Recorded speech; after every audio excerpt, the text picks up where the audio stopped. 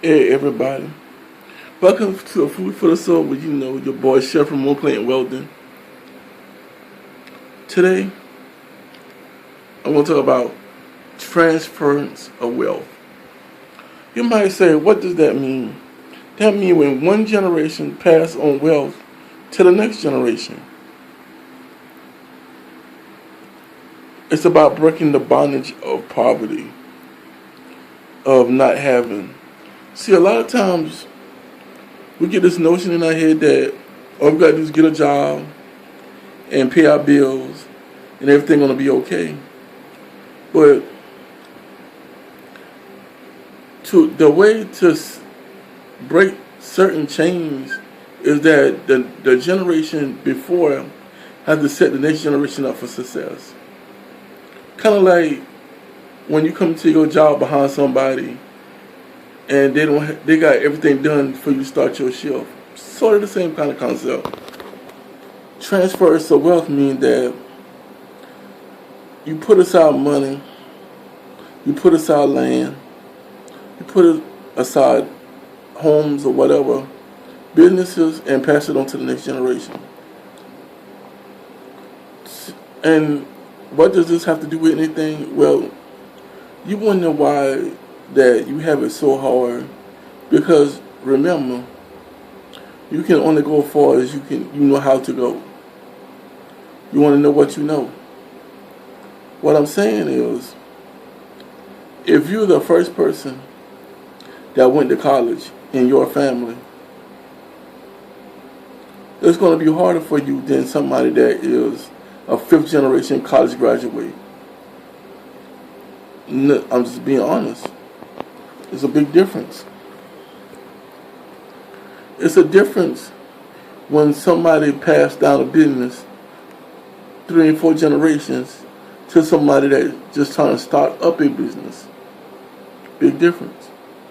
It's a difference when your parents put the money aside for you to go to college, when you don't have to get student loans or get into debt to pay for college. Big difference. The further you start out ahead, the easier for you to stay ahead. But when you start out behind, it's hard to catch up. And see, a lot of people today are playing catch up.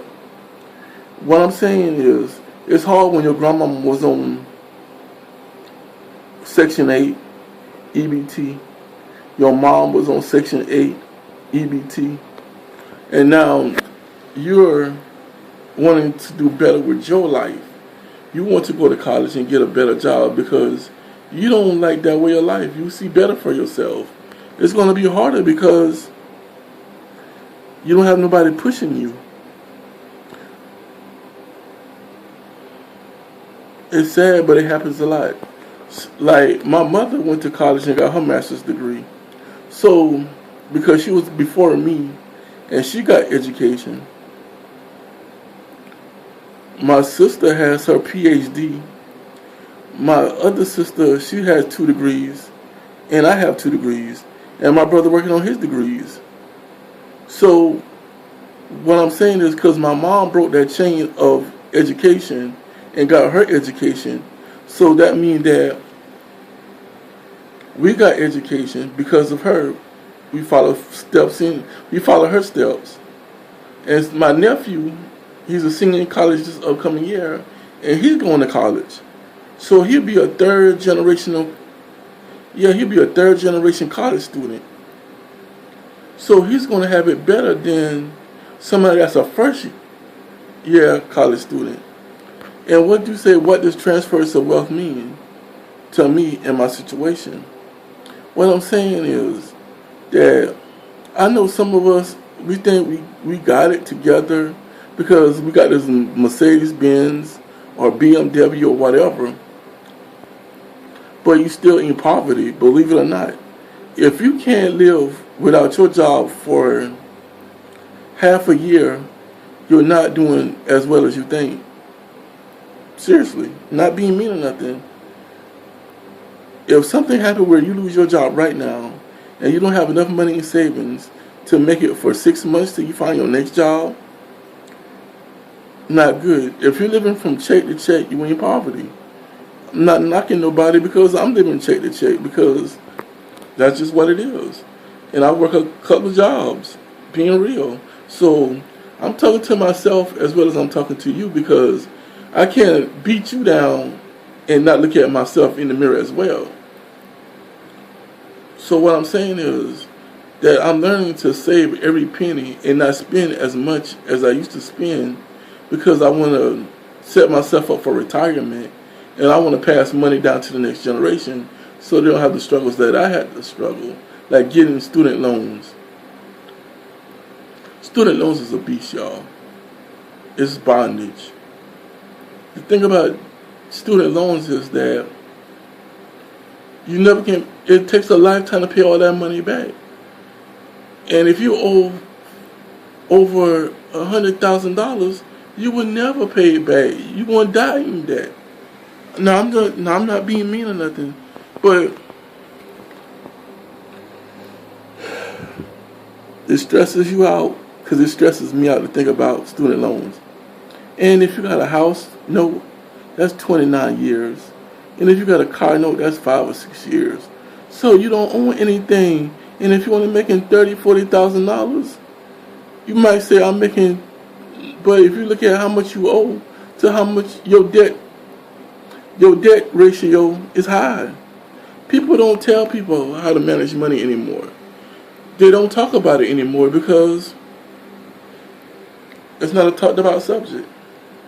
But what I'm saying in transference of wealth is, don't go out and buy your kids iPhone 6 and 7, $500, $600 phones, $200 and $300 Jordans, and then when it's time for them to go to college, you have no money.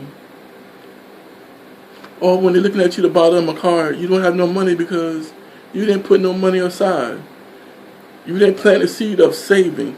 There's a difference between wealth and rich.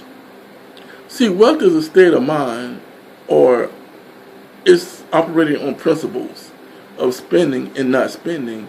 Rich just happen. Anybody can be rich, but not everybody can be wealthy. If you take anything from the video, listen to what I'm saying. Not everybody can be rich. Anybody can be rich, but not everybody can be wealthy. It's a difference in the two. Mindset is different. Wealth is a generational thing. Rich can happen next week. I can be rich next week. But wealth take longer because that's what it is. There's a difference between wisdom and knowledge. Big difference. But people don't understand that because they get caught up in I. You want to be in a position where your children don't have to worry about student loans, or how they're going to pay for a car, or how they're going to put down $10,000 for their first house. If somebody sets you up good, it's hard to fall behind. But when you come out of poverty, it's even harder. That's why the struggle is real. When you work in a minimum wage job, I know it's hard. It's hard to save anything. But it's even harder when you partying every weekend, getting high, sucking down everything you get your hands hold to, and then Monday morning, you got to go to a loan company to borrow money to pay your light bill. Not good. You created one bill to pay another bill. Now you got double bills. If you got a car that costs $30,000 and you want to make him $12,000, you setting yourself up for the okie doke. You're setting yourself up for failure.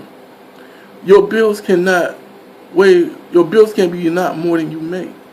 I don't care what it is. You cannot do it. You can't make $15,000 and go out and get a $30,000 car. It don't work. Talking about the payments ain't that high. If the payment is $500, plus you gotta have insurance, full coverage most likely, and then you gotta have gas, and then after 3 or 4 months you gotta get an oil change. If your oil change is $300, and then you gotta pay the taxes on that car at the same time, that's another $400. You add two things at $700, taxes and an oil change, and then you still gotta pay insurance. That's $200. That's $900. Then you still gotta pay the car payment. That's another $400. So in 1 month, you done kicked out over $1,000 and something dollars for this car. Real talk. I'm being real. This is food for the soul with Chef Ramon Clayton Weldon. I'm keeping it real. You still got rent, mortgage, kids, light bill, cell phone bill, internet, life insurance, health insurance. Kids got to eat. And you only making $2,000 a month. You just spent $1,000 on your car, so that left you with $1,000. Now, let's be real. Your rent might be $500, so that left you with $500. Your light bill might be $200, so that left you with $300. And your kid is hungry, that left you with nothing. And it happened to people every day, and they wonder why they're struggling, because nobody's breaking it down to them how money works. Nobody's telling them that if you start out behind, it's gonna be hard to catch up. But you can start late and still be rich or wealthy. You still can start late and still finish on the top. It's not how you start the race, it's how you finish the race. Real talk. So transference of wealth is very important. When you want to buy your kids these high-priced shoes, think about their future. Think about their retirement plan. Think about their college education. Think about all this stuff before you buy Jordans or MK bags or whatever. You might say, I got to get it how I live. Okay. Michael Kors ain't going broke. Jordan ain't going broke. Mercedes-Benz ain't going broke. BMW ain't going broke. But you is. You got EBT in a Coach bag. That's how you living. You catching the bus in Prada shoes. You can afford $1,000 pair of shoes, but you have no car of your own. You got Gucci bag still on the bus. And I'm not knocking the bus and I'm not knocking Gucci. Think about this. Does it really make that much sense? Anyway, transfer the wealth is passing down wealth from one generation to the next. And you wonder why you having it so hard, because nobody passed down anything to you but bills and struggles. Email me at weldonor112@gmail.com. Check me out on Twitter, Instagram, Facebook, wherever. Just holler at your boy. Be good, be great. And when you think about something, or when you make your next purchase for your children, think about it, how it's going to benefit them in their future. I might can buy them this $500 phone now, but how would this benefit them having a car? How would this benefit their college education? Do I want my kids to have student loans like I got student loans? It's all about you. I know. But that's the thing. Stop being all about you. Be about somebody else. Pass the wealth on. Be good, be great. Love break all chains. Transference of wealth is very important. That's why so many other people can get ahead, because they don't have to worry about it, because the money is passed on from generation to generation. If you don't have it from the next generation, you be the one that break that bondage. You break that cycle. Be good, be great. Love you. Bye.